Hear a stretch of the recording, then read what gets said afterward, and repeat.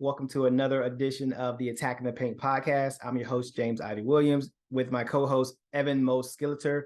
And we are back. It's been a couple week hiatus, and we're back with some good content. You know, there's been several big stories in the world of basketball, and we're going to dive right into those things. Mo, what you got for me today? Yeah, man. First of all, how are you doing? I'm doing well, man. Just, we were just talking about this off air, just dealing with the fluctuation of weather where you are, where I am, cold, warm, rainy, snow, whatever it may be. So just dealing with that a little bit. Yeah, I get it. I'm bundled up in a hoodie and a hat, a beanie, just trying to stay warm in Northwest Ohio. March is tough because, well, first of all, March is great for basketball reasons. You know, we have state tournament going on here. Obviously, the conference tournaments as we record. Kentucky plays at 9. Ohio State played earlier, and all the popular teams around here playing. And then the problem is the weather is not good, right? So we'll go from up here, we go from like 60 one day to 30 and snow the next. Yeah. And my immune system just can't keep up, man. So but yeah, it's good to be here. And like you said, a lot of stuff going on in the basketball world. So there are two big stories about player behavior, player conduct. One about Brandon Miller, who's obviously in college, just named SEC Player of the Year and Freshman of the Year. And then Morant, who is not in college, but sometimes acts like it, right? Sure. And so I want to talk about those two. And for different reasons, right? I mean, we can dig into the legal aspect of things. I'm sure we might a little bit, but let's start with Brandon Miller and talk from a draft standpoint. And first of all, maybe what kind of impact this has on his draft stock. But I think it's a good opportunity to talk to people about what front offices are looking for in terms of character. Right. So there are a couple things. So first, I think when the story first broke, first of all, it's a sad story regardless. Someone lost their life. Let's acknowledge that first.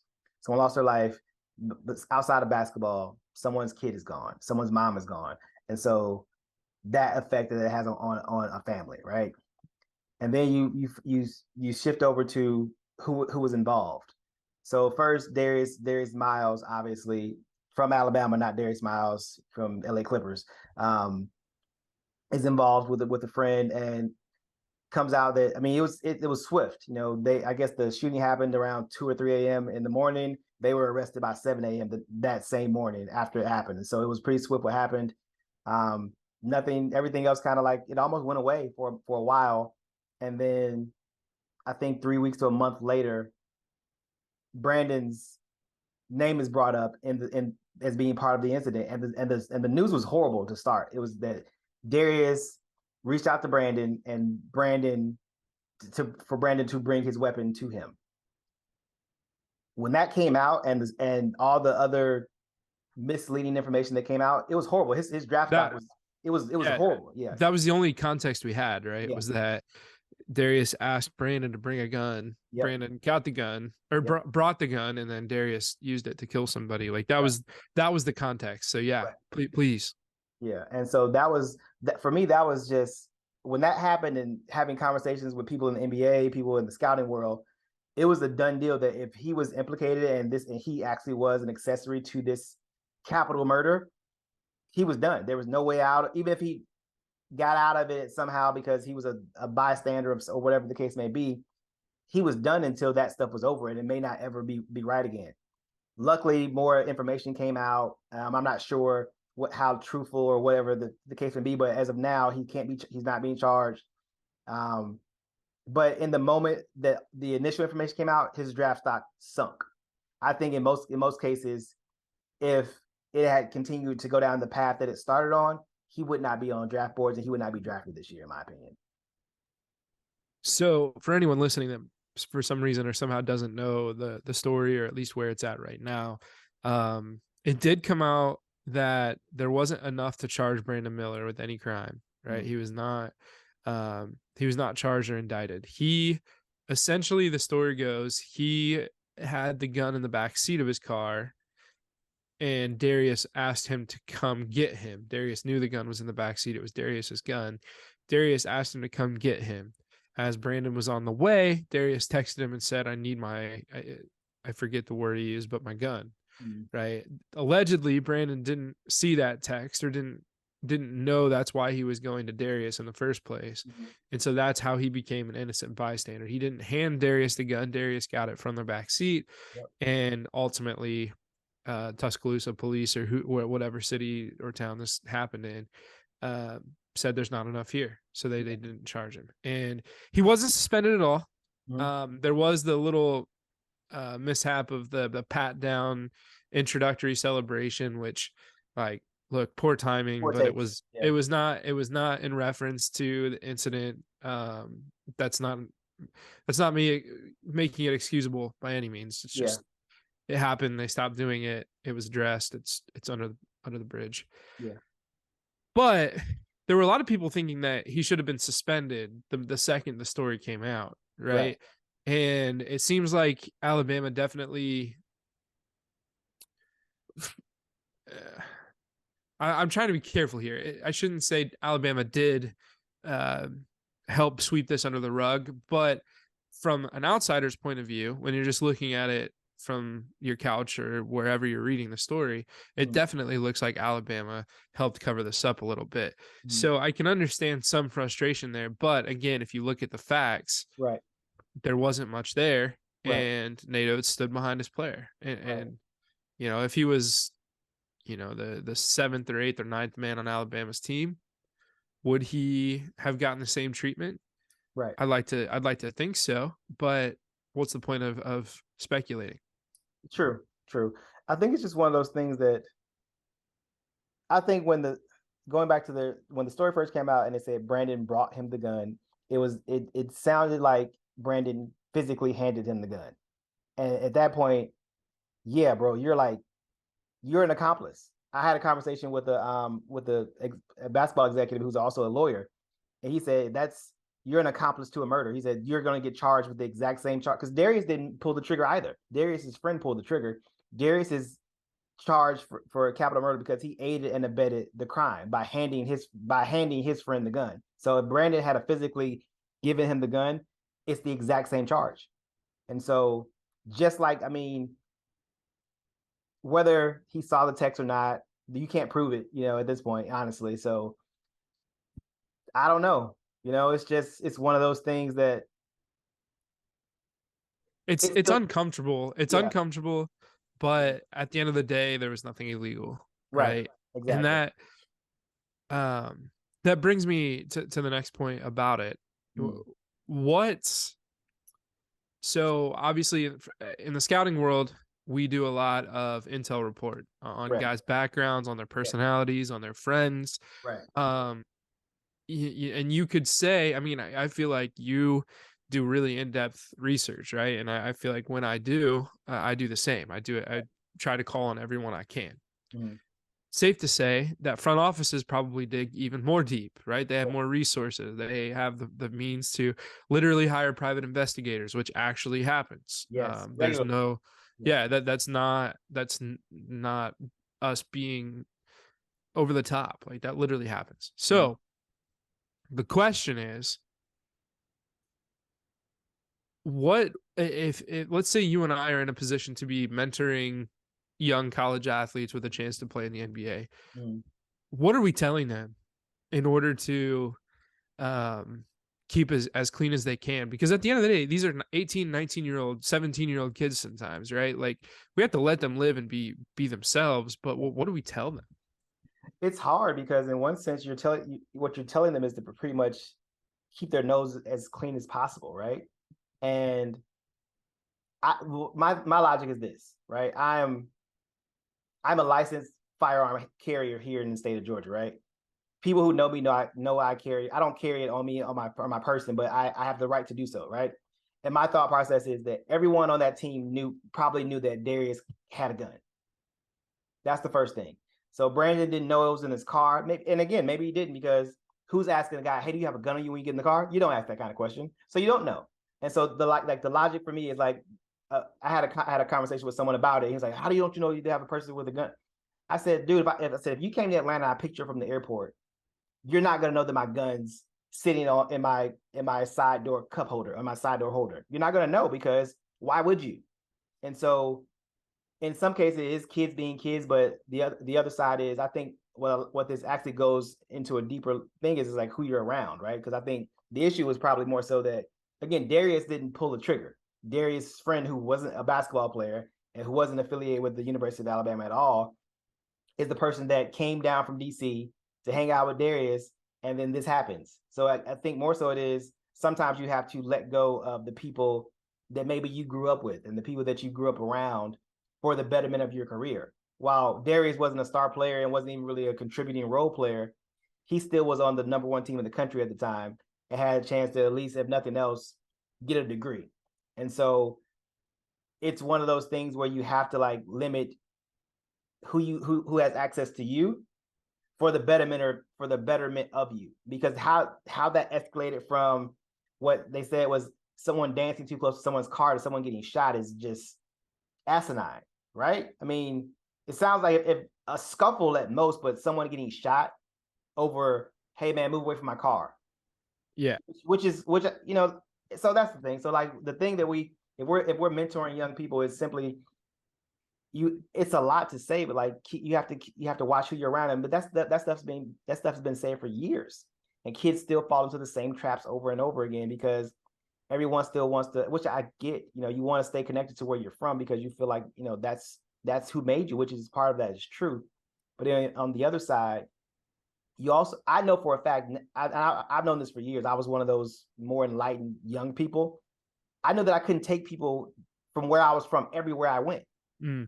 I knew like, hey, you can't, bro, I can't, because again, I know the people that I'm going to be around, and I know that like you're not going to fit in here, or you're not going to know how to interact in this situation, and you're going to be uncomfortable, you're going to be agitated, something's going to be off.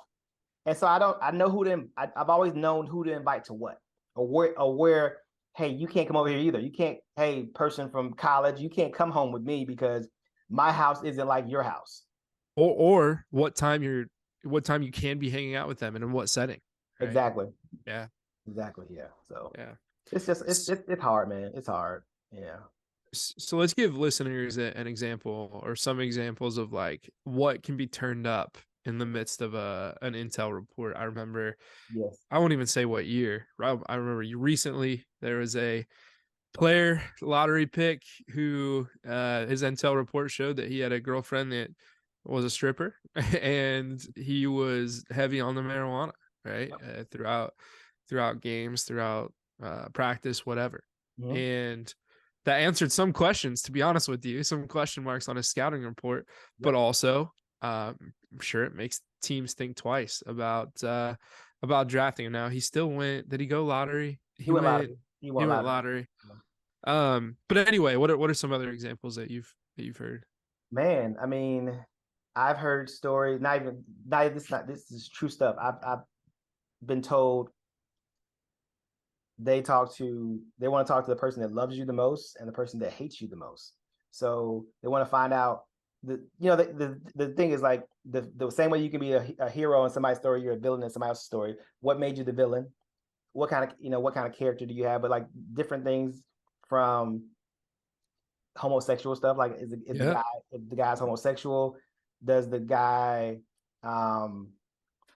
cheat on tests? Like just like the most random things. How does he treat people who are deemed beneath him? I've heard about them talking to like the janitor who cleans the gym, who really who has no access to them other than watching them interact and being around. How's that happen? I mean, just ex-girlfriends, especially ex-girlfriends. Yeah, especially ex-girlfriends. Ex-girlfriends are huge. People always do the coaches and the teammates and stuff, but like they go deep. I mean, really freaking deep about just who you are as a person, because the truth is they're about to invest millions of dollars into you. The one that I found out that was the most damning, it was true. A player had a really violent streak, very violent. Off the court primarily. He would have tirades on the court, but never physical. But found out that he punched someone at a football game, a college football game, in front of hundreds of people.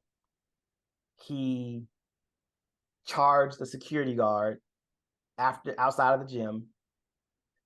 And this is stuff like, and he got kicked out of the apartment for drugs. Him and his girlfriend, and found out that he and his girlfriend did like drugs, not weed. They were doing heavier stuff. And so found all these things out in the span of a few days. And this guy went from being on boards to completely out. I mean, that kind of, so that was probably the most damning one that it affected the guy still not playing professional basketball. That's how bad it was. Like they found out that he was like, they were dabbling into like really, really hard drugs. And I mean, how do you find it's they find out everything. They find out everything. And again, some people get by with some stuff every now and then, but more often than not, they find out everything they need to know about you. And I think what's important to know is that a lot of times the public, we don't find out about it, right? Ever.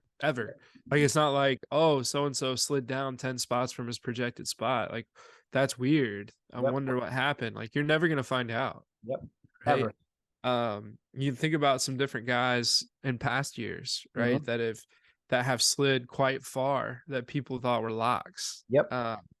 Generally speaking, if everyone's pretty convinced that they're a lock and they slide down pretty far, it's not because we're all wrong about their talent, right? It's because we don't have the insight that other people have.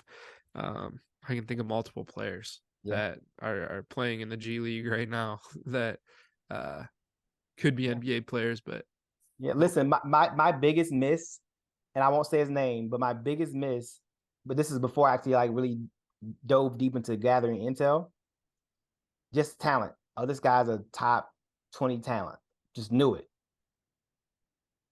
He gets drafted early second round, but he's out of the league in like 2 years.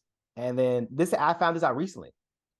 He was like a legitimate gangbanger, like not no like pretending, just association, legitimately like straight up. He's in the gang. He's participating in stuff.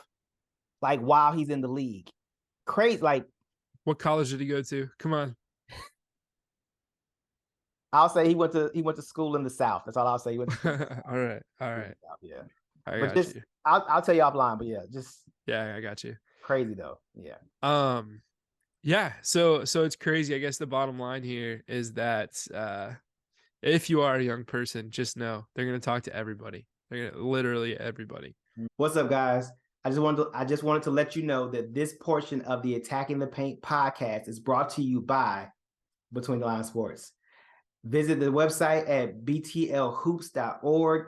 Follow us on social media at btlhoops on both Instagram and Twitter. And again, this portion of the Attacking the Paint podcast is brought to you by the good folks at Between the Lines Sports. Until next time, peace. So the next topic is similar but different, right? And that's the stuff going on with Ja Morant. We talk about be careful with the party you keep, the people you keep. It seems like Ja is in desperate need of changing things up, right? And the good news is he's away from the team. Sounds like he's trying to get that. He's 23 years old, man. Like, I'm kind of leading with my feelings here. Yes, he's messed up many times. But I mean, the guy's trying to find help. And that's tough, but dude, he has like, there's no question. He has to switch things up in his life. Right. Yeah. 100%. It's one of those things that just watching, it's almost like a snowball, right? Like it's just kind of gotten bigger and bigger and bigger. First, it was just like the random outburst on the court. I heard about the fight with the 17-year-old last summer, and it just kind of went away. So I thought it was gone, and then that came back out recently. Then to find out that there was a gun involved in that as well. It's just, so I'll say this. I grew up in a very rough part of Atlanta. I did. I have two brothers that are currently incarcerated now. My oldest brother and my youngest brother are both incarcerated now. And for me, the one thing that I've always prided myself on is that I never wanted to like be that. Not in a bad way, not separate myself from where I'm from, but not also add to the stigma or the stereotype that go along with it, because everyone's not the same, right?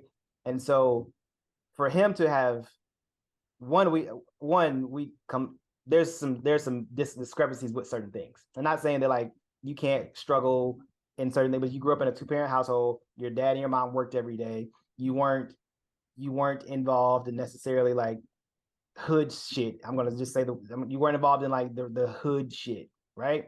Now you can grow up in a predominant area with things that are around, but you weren't necessarily associated with that. And based on what the story is, you were a basketball player. I had a coach that told us a long time ago when I was a kid, you can't be a thug and a basketball player at the same time. You got to pick one, right? So like even when we were from where we were from, hey, you can't be a thug and a basketball player at the same time. You got to pick. And so that's the thing. So you've made it to the highest level of basketball and are succeeding. Not only are you're there, you made it, but you're succeeding. There's no reason. No one wants you to be tough. No one wants you to. No one needs that from you.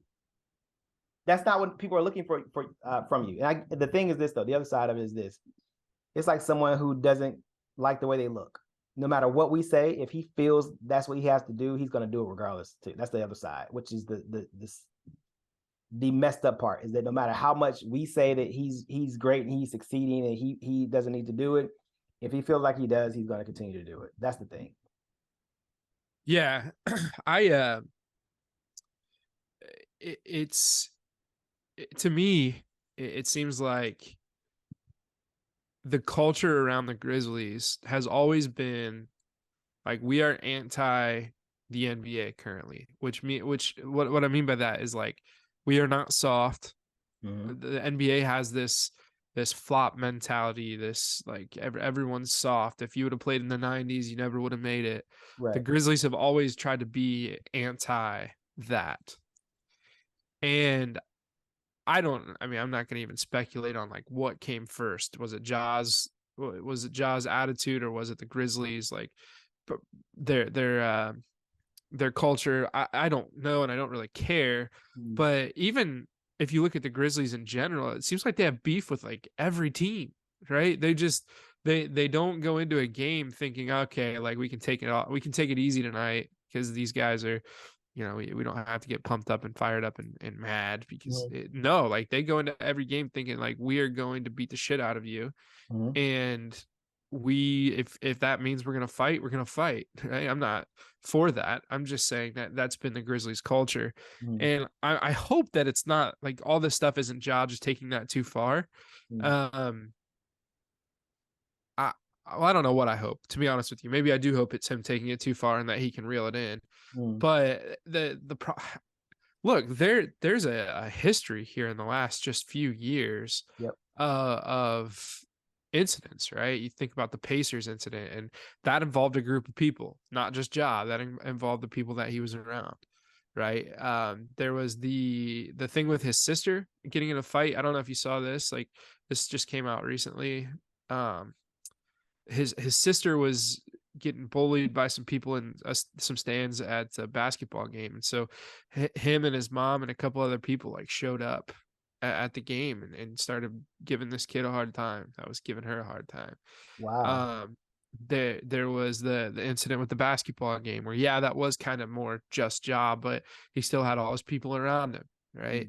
The thing with the Lakers, which ended up not being a ton, but it's still his dad getting on the court and doing what he can to you can say what you want about his dad, like whatever, but it's always like Ja and his people. And man, I just like, I don't know if there's anything to say other than the dude needs to figure it out. And I'm happy that he's at least working on that right now. For sure, I agree. I hadn't heard about the sister issue. Yeah, I'll find that story while you're talking. Yeah. So I hadn't heard about that, but so there's two there are levels to this, right? So on one side, I love seeing family support, right? Just in general, family support is great. I think when it becomes dangerous or physical, I think that it becomes something that is unnecessary, especially if there hasn't been anything, if nothing's crossed the line of you being harmed physically first. The issue, the to go back, Memphis has always had a very tough exterior. Always, they've always had, even Zebo, Marc Gasol, Tony Allen. That team was tough. Grit and grind was a real thing, right?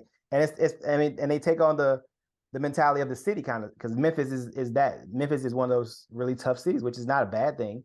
And there's a line, again, there's a line between tough basketball player and what we're seeing now, right? And it's obviously spilling off of the court into real life, which is the issue. Be tough on the court all you want to. I watched the Bad Boys, right? Isaiah Thomas was tough on the court. He wasn't out getting into bar fights when he left the court, And again, generations are different, times are different, but it's just one of those things that I feel like keeping it on the court is perfectly fine. Even if you've got beef with everybody, fine. If you got a chip on your shoulder and you're trying to establish yourself as the new kids on the block, and we're taking everybody on, fine. If it's just on the court. But the moment it starts to spill off and it kind of mingles and mixes into your real life, that's where the issue comes, in my opinion. And that's what we're seeing now, I think. I mean, again, we don't know everything, and obviously we can only speculate on what's going on and how deep all this stuff is. But hearing about you brandishing a gun at a 17-year-old, and now in another state, where how did you get a gun in another state? Like that's not easy to do. So how did you get it? Why? Yeah. Again, no speculate. I don't want to speculate, but however you got a gun, whether it was someone else's that gave it to you or you brought it with you, what's the point? Right. And so, there's something else. I saw this thing about Steven Jackson too, where he talked about Ja, and you made we all make mistakes, but there's certain this is the thing. There are a lot of people in prison who make mistakes. Yeah. There are a lot of people who die who make mistakes. So we can't just, while we say everything's a mistake and you can learn from them, at some point there's a line. Plexico Burris, I don't know if you, St. Club, gun, shoots himself. Career's pretty much over after that. Goes to prison. I think he tried to make a comeback briefly, but like by that time he's out of his prime. Like literally because you had to bring a gun into a club. So just that kind of stuff. But I'm sorry, I rambled for too long. No, it's okay. First of all, I don't know. I'm a little cautious saying this, but the way I see it or think about it, if you have to take a gun to the club, you probably just shouldn't go to the club, right? Like, I don't know. That's a tough one for me. But here's the story, just so that we're clear to listeners. The story about his sister. This was actually just posted today, so this must have just come out. But it's a TMZ report, so do your thing with what you're about to hear. But according to documents, let me backtrack. So back in September, Morant, his baby daughter, parents, and a group of adult males showed up at a high school gymnasium to confront a student who had confronted Morant's sister. According to the documents, most of the group, just not Ja's dad, went to confront the student in the stands, and his mom said, "Which one of y'all called her a bitch?" Cops told Ja's mom she can't go into the bleachers. And while they were talking, one of the men with Ja moved past police and walked towards students. The guy that Ja was with batted a phone out of kid's hand that was trying to take a picture. He said, "I don't care about none of that. I'll beat y'all's ass." Remember, these are high school students. One witness said that someone had a gun, but police did not see a firearm.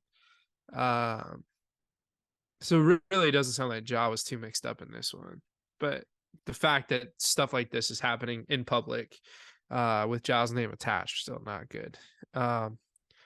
But yeah, here's the deal. He's working on himself, trying to get better.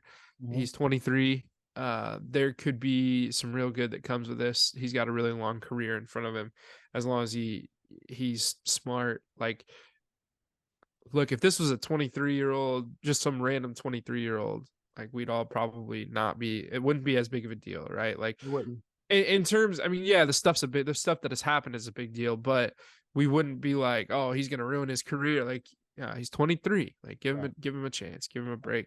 We'll see what happens. Some things are bigger than basketball, right? I know the Grizzlies are second or third seed, fighting for home court advantage. But at the end of the day, does that matter as much as the mental well-being and just safety of your star player and one of the faces of the league? For sure. For sure. I think it's one of the things that we have to, while unnecessary, we have to think about, like, is there something deeper going on? That's the other thing. I think if we're in the business of basketball, and the business of basketball are the people that play basketball, then you have to be concerned about, like, is there something deeper going on? Is there something that he needs to work on mentally? There's so many other factors. And I would like to think that if I was in a position of leadership, that I would be more concerned about getting him help, right? As opposed to ridiculing him, and to an extent, right? Obviously, I think there's level like, hey, bro, you gotta get your shit together. Point blank, period. Yeah. But how can we help you get your shit together? And I feel like you said, it seems like he's trying to get some help. He's away from the team. So all we can do is kind of hope that, he's making the changes and the strides necessary to improve. However long that takes, whatever that takes, hopefully he's doing that. I mean, I guess that's the only thing. I mean, because again, like I said, for me, like, being a witness to, again, two of my brothers currently in prison, and all three of my brothers have been there except me. So, like, I understand, like, how things can go awry really quick, and so that's why I think it's more concerning for me, because throwing years of your life away can easily happen by a mistake. And that's my only concern, is that, like, he's young.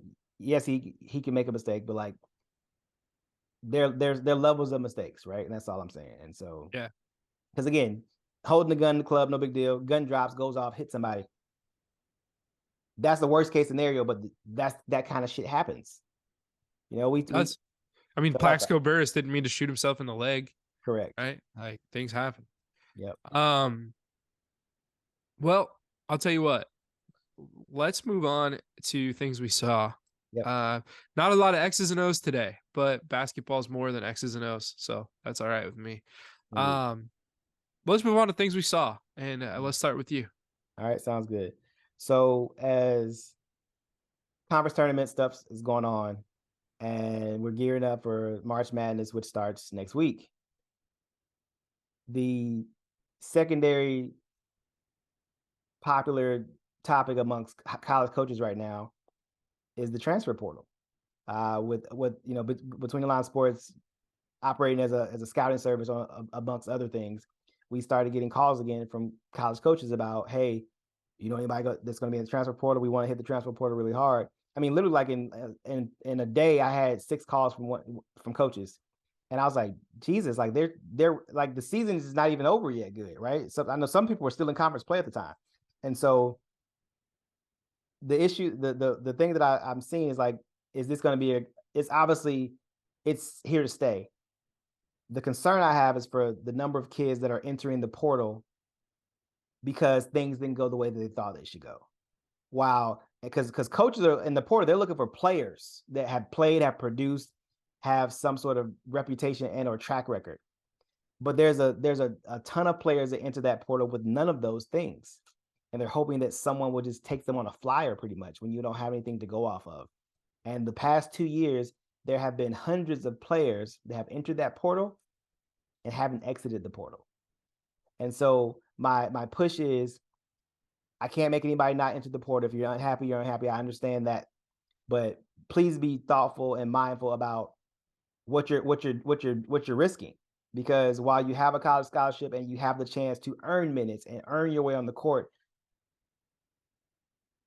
there's also a chance that you may not play basketball at the Division I level ever again.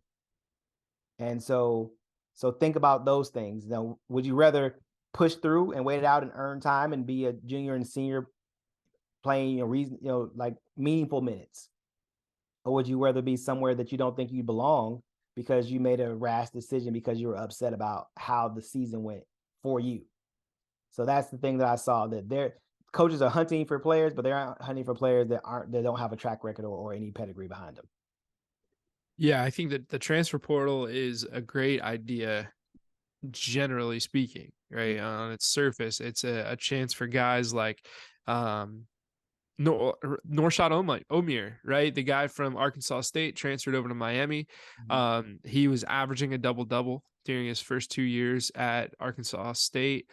And his story was basically he didn't come to the United States till he was a senior. He's from Nicaragua. I don't think there are any professional basketball players from Nicaragua, and he's like the first D1 basketball player. But anyway, he came over during his senior year, didn't get heavily recruited, still wanted to play basketball, went to Arkansas State, then got to transfer to Miami. Had a great year there. He might have averaged a double-double again this year. I don't know.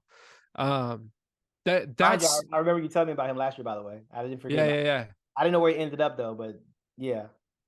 Yeah, he's been at Miami this year and putting in good work. So like that's, to me, that's what the transfer portal should be for. Or a guy that like he's a 4-star, 5-star recruit, goes to a place like Kentucky or Duke, and he realizes like he might have been hyped up a little too much by some of the scouting services, right? And maybe he realizes his level, gets some good advice, and then heads off for a mid-major or a smaller D1, smaller high major, excuse me, right? Like those are all good things. But like you said, the problem is there are guys that think they're good that weren't on anybody's radar, didn't get playing time at their Toledo or Bowling Green or Wright State. Those are all schools around me. So they're like, I'll go in the transfer portal. Like, okay, that sounds great, but what makes you think you're going to compete at a school the same size or bigger? There aren't many schools smaller than yours, right? Like you're already a bench player at, you name it, right? Like some school. So yeah, I think the transfer portal, if used properly, is cool. I'm also all for players having some say on their career, right? We already have NIL. We already have we already have players getting scholarships, etc. So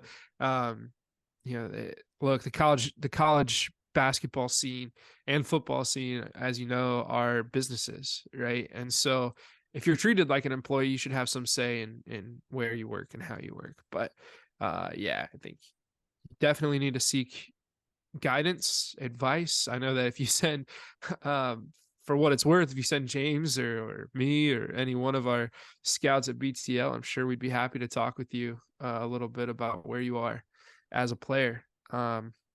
If you trust any of us, right? I know if I was getting scouted, I'd be like, yeah, I don't trust scouts. Like I trust me, right? But whatever.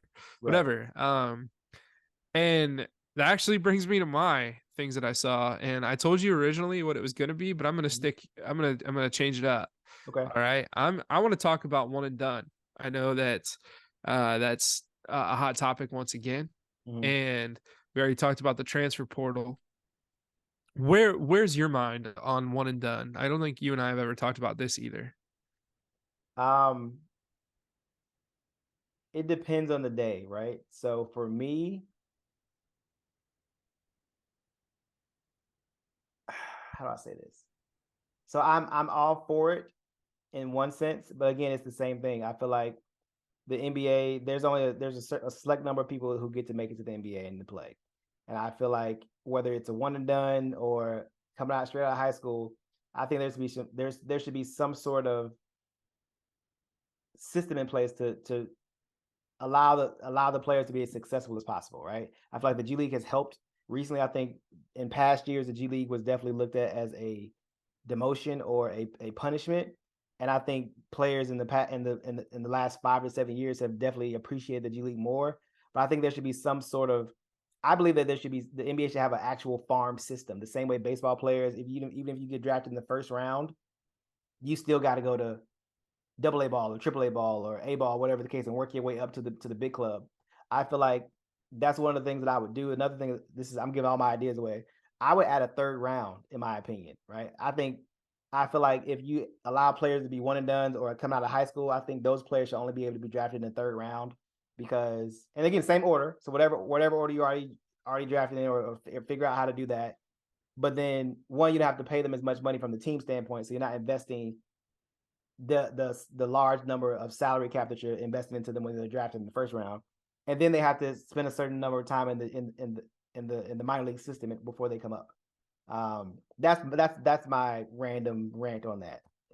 I actually really love what you're saying. I've had similar thoughts. I think that there are actually only a handful of G League players in each for each organization that are technically owned by the organization, not by the G League team, right? So there's two-way contracts, and then there might be I think that's it. I think that's it, right? So we still have space on G League rosters for teams to have, actual minor league type contracts, right?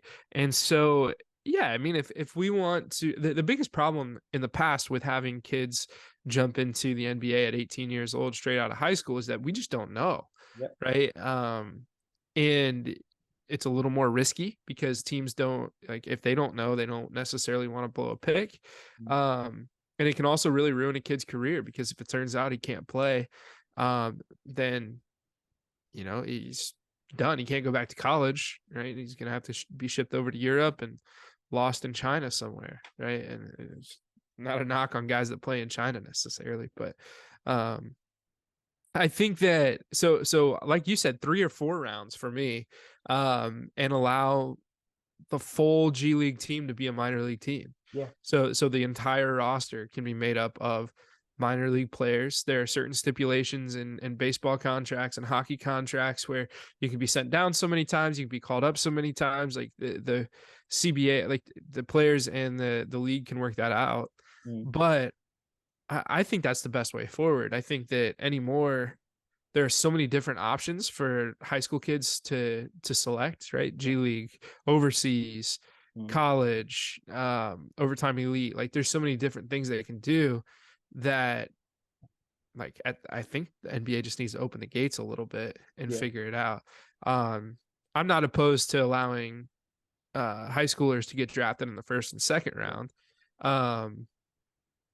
If there's 4 rounds and if there's a true minor league system where if a guy doesn't quite work out and can't take up one of your 14 or 15 roster spots on the NBA roster, you can still keep him under your wing. You can still develop him. You don't have to cut him completely, or he doesn't have to waste that roster space. So I'm all about it.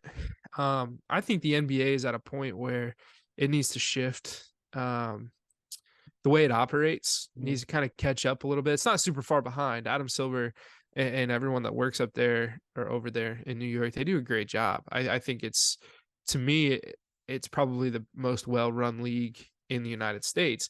But if they're not careful, they will fall behind a little bit. So I think they need to catch up in a couple different senses.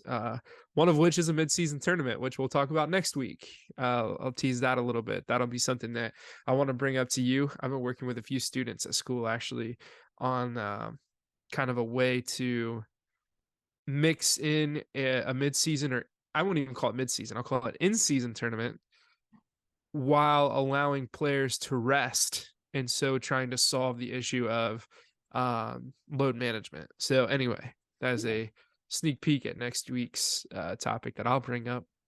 I like that. Anything else? No, that's it, man. That's it. Just, gearing up for the busy time of the season for basketball. March Madness is starting, high school all-star game stuff's happening, and then AAU rolls right into it at the same time. So busy, it jumps on you really quick, and then it really doesn't slow down until June or July. So just gearing up for the next a crazy 4 5 months or something like that. So but it's what we do. It's what I love. I'm excited about it. So, but no, that's about it. Just gearing up for a gauntlet of basketball at all levels for sure. I get it. I'm back at Bowling Green State University tomorrow for a broadcast of a regional final, boys high school regional final here in Ohio. I love the way that high school basketball is set up here. I'm sure it's like this in most states, but we have conferences that teams can play in. We have 4 divisions, one being the biggest schools. I'm watching a regional final game right now. And so we have the conferences. You play a non-conference schedule plus your conference schedule. You get a conference champion. Everyone makes the state tournament. Oh, wow. Okay. It goes by division, right? So Division 1, Division 2, 3, 4. And ultimately, like, you can end up, the way things are set up, region-wise, you can end up playing a team from your own conference late in the tournament, right? Wow. Or teams, like right now, there's a regional final happening that I'm tuned into over here. It's 2 teams that are 20 minutes apart playing for a regional final, which is really cool, right? So This time of year, it's fantastic. You get the our high school all-star games next week, and then March Madness. Shoot, man, the scouting really, I mean, it's already ramped up, but like really gets going for that final stretch until the draft. So it's been great. It's been great. Hey, appreciate everyone for tuning in. Sorry for the hiatus. We're all trying to get healthy and caught up, but Indeed. make sure to check us out online, James, the Twitter and Instagram. Twitter and Instagram are both at BTL Hoops. Website, btlhoops.org. Yeah, check us out. Check us out. Check us out indeed. Until next Evan, time. and what's yours, Evan, before you yeah, well, I'm at Evan Skilliter on Twitter and Evan R. Skilliter on Instagram. And maybe another time I can explain why they're a letter different.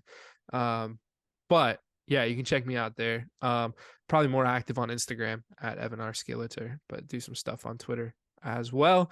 But until next time, stay right, stay real. God bless. Peace.